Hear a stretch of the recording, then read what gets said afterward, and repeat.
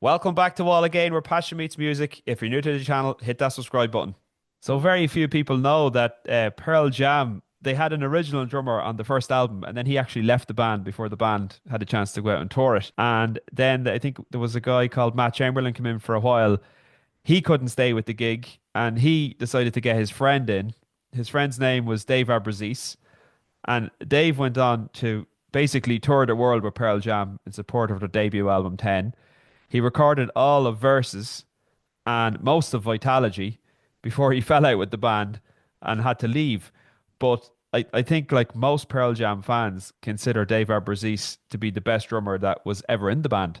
So we just want to open up the discussion with Marcus and Gav here. What do you guys think of Dave's drumming versus the other drummers for Pearl Jam over the years?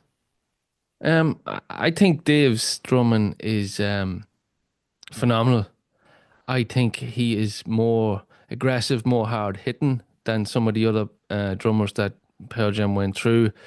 I know, was it Jack Irons had something to do with the ex, was it Chili Peppers drummer, wasn't it? It was him that might have was in the middle of that whole transition as well, I think. I'm not sure. Yeah, I He think came, Jack he came got after him. he got a Yeah. credit on one or two songs of Vitalogy, and then he toured Vitalogy, Yes, yes, and yes. then he did Yield with them. Yeah, Yeah. yeah, but yeah, Dave's drumming very hard hitting, very aggressive. But I think the whole thing, I done a wee bit on our channel about it, and I just don't think he suited the band. I think there was a clash of personalities. I think he said in podcasts and different things where people said, "Oh, you just love the fame and the money," and he's like, "No, like I loved it like the rest of us." Certain members, let's just say, of the band wanted this persona of them that we don't care, we're grunge and we don't want this. But meanwhile, behind closed doors, they wanted every bit as much, according to Dave. And they kind of, you know, there were certain tracks that they kind of took the piss of him, the whole gun thing as well. Which track was that? Glorified G. Yeah, Glorified G. Like, I'm sure that pissed him off. If it was me, like it is a complete piss take of what he said. Like each to their own, no matter what the topic is. But there was, look, at long story short, there was a class of personalities. I don't think his drumming really did suit the band. Really?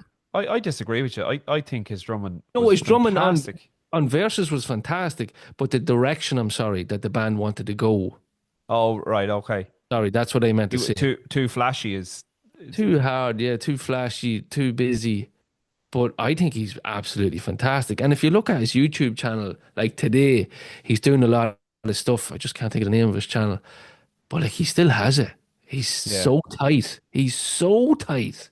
And there was a famous show that he played in 90, was it 92? Pink Pop in the Netherlands, in Holland. Yeah, yeah, yeah. On the side of stage. And he is absolutely killing it. So good. I rate him highly. Really, really high. Yeah. I think he's Yeah. fantastic drummer. Yeah. No, I Fantastic. totally agree. I think he's an amazing drummer. My first introduction to him was MTV Unplugged, Yeah. and Yeah. his use of cymbals. I just I hadn't seen that like to that level where like he totally endorsed the whole splash cymbal. Everybody wanted a splash after that performance. But the groove, he just had a groove that was not matched by any other drummer in Pearl Jam, and they had many drummers, and I just thought he was fantastic. Yeah, he the clash was with Eddie Vedder. That was the clash. Like, he just couldn't get on with him. I think Dave is from Texas or something like that. He's That's right. certainly from a different part of America, and Eddie just couldn't get with this guy. Like, he grew up in an environment where, okay, if you have a gun, that's no big deal. It's probably for hunting, like, and don't get me wrong, I'm not into guns, but it's just the world he would have grown up in. That was normal. And every musician wants to do well so that they can keep their career going. They certainly want to be getting a certain amount of income that they can carry on doing this for as long as possible. And so to say that he was only in it for the money, yeah, everybody's only in it for the money because they want to do what they are passionate about and have the money to be able to do that. Um, And it was one of the things that really put me off Eddie Vedder for a while was he clashed with him, but he got Stone Gossard to fire him. Yeah, He Yeah. couldn't do it himself, yeah, And Stone and Dave went to a cafe, and Dave thought it was a chat about the next tour, and it was like, no, you're out. yeah, And like this is like at a time when Pearl Jam, as far as I was concerned, was Stone's band. Certainly on the first album. That's why the first album was so good because it came from Stone's songwriting. Yeah. And as they went on through the years, Eddie wanted to have more and more control. It then became Eddie's band, which nearly led to their breakup. And they talk about that in Pearl Jam 20. But Yeah. when it suited him, it was his band. And when it didn't suit him, it was Stone's band. And he sent Stone to do the dirty work. yeah, And it was wrong. It was absolutely wrong the way it was done. And Dave called him out when he met him later on in life, where Eddie tried to come up and be all pally to him, and he's gone like, "Just get away from me. I want nothing to do with you." And I'm glad he said that. But his Yeah. playing is just wonderful. It had a groove that just made Pearl Jam. yeah, It brought the live performances of the songs from the 10 yeah, absolutely alive. yeah.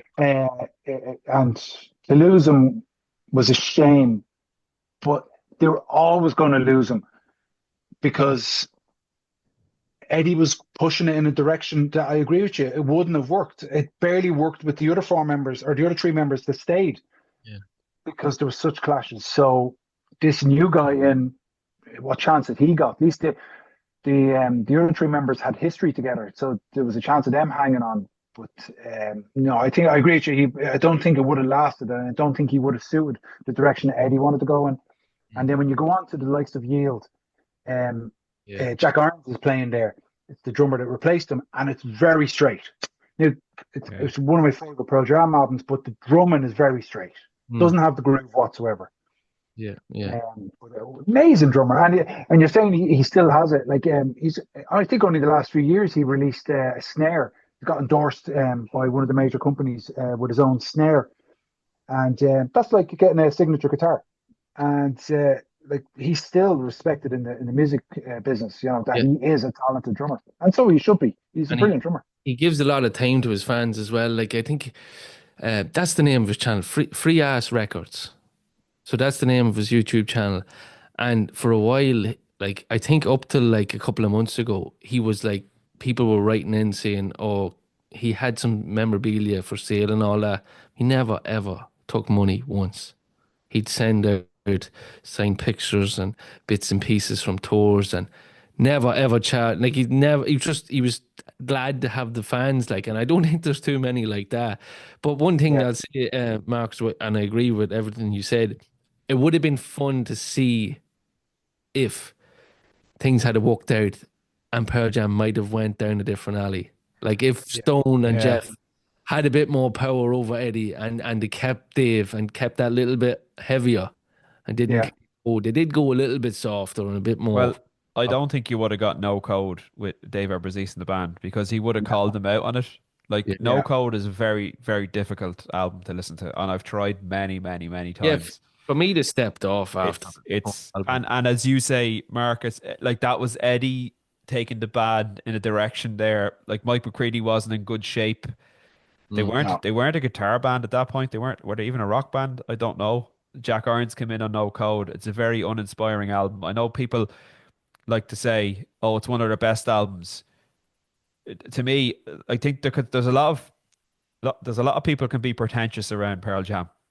Yeah. It's yeah, a bit like Nirvana. Oh, Nirvana's best album is Bleach. Like it's just not like that's just you're trying to be you're trying to Sure. pretend you're in the know about music and you have some secret code that you can unlock Bleach. Like Bleach just isn't as good as Nevermind. It's as simple as that. I think No Code, it wouldn't be in the top five Pearl Jam albums for me. Not no, like nowhere near it. And I think no, it was just going into Eddie.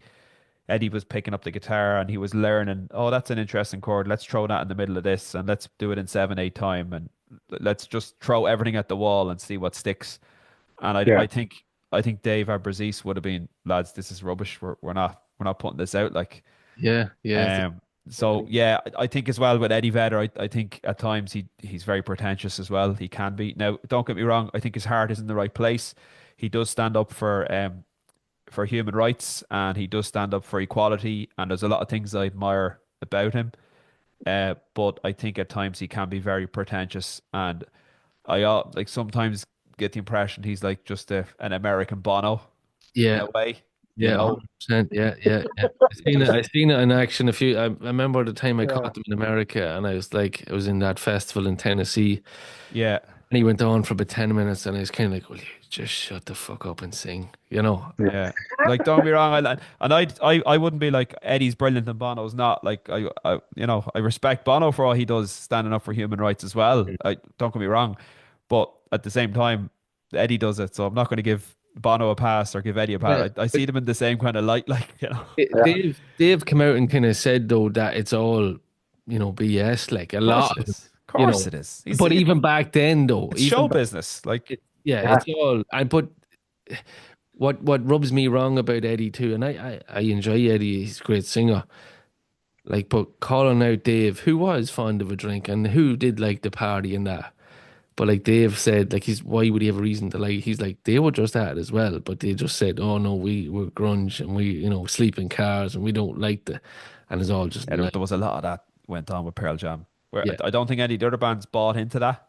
yeah, As how will we be perceived? I think Pearl Jam were very conscious of how they'd be perceived, very and much, yeah, they were like, right, well, we're not going to do music videos, and we're not going to do Ticketmaster, and there was all these yeah, stances yeah. to try and say, look, we're different, we're really holding our values, but When I did sorry Rob, when did the boys go to Mad Season? that was when Mike McCready came out of Yeah, rehab in 1994, wasn't it? They released that album in 1995. to go hang around with Lane. It was Lane and Mike and the drummer from Screaming Trees, Barrett Martin, who was a That's right. fantastic drummer, Yeah, absolutely fantastic drummer. And then there was a bassist who was in a small band in Seattle, but he was in rehab as well, and they teamed up with him. It's a great album. I love it. yeah, yeah, yeah, I love it. yeah. I'd love to actually maybe down the lane we look at some Screaming Tree stuff. I think it's interesting that music. Hmm. Yeah, there's a lot of grunge that is not the head of the table. That's just fantastic. Not the mainstream Yeah, you're stuff. right. Yeah, if you dig Yeah, deep, there's yeah. some brilliant stuff. Like even There Caius and is stuff some like that. brilliant stuff. Yeah, Don't Yeah, know. there is. But Mm. yeah, that was cool. That was interesting. Very Yeah. good. But top drummer. I can only say top Yeah, drummer. Yeah, Very. Yeah, I'd rate him probably the best. yeah. definitely the best Pearl Jam drummer, in my opinion. Oh, Anyway. definitely. As far as Pearl Jam's concerned, definitely the best Pearl Jam drummer. Yeah, no doubt there. So let us know in the comments below what you think. If you liked the video, hit the like button, and if you could also subscribe, and we'll talk to you on the next one. Bye for now.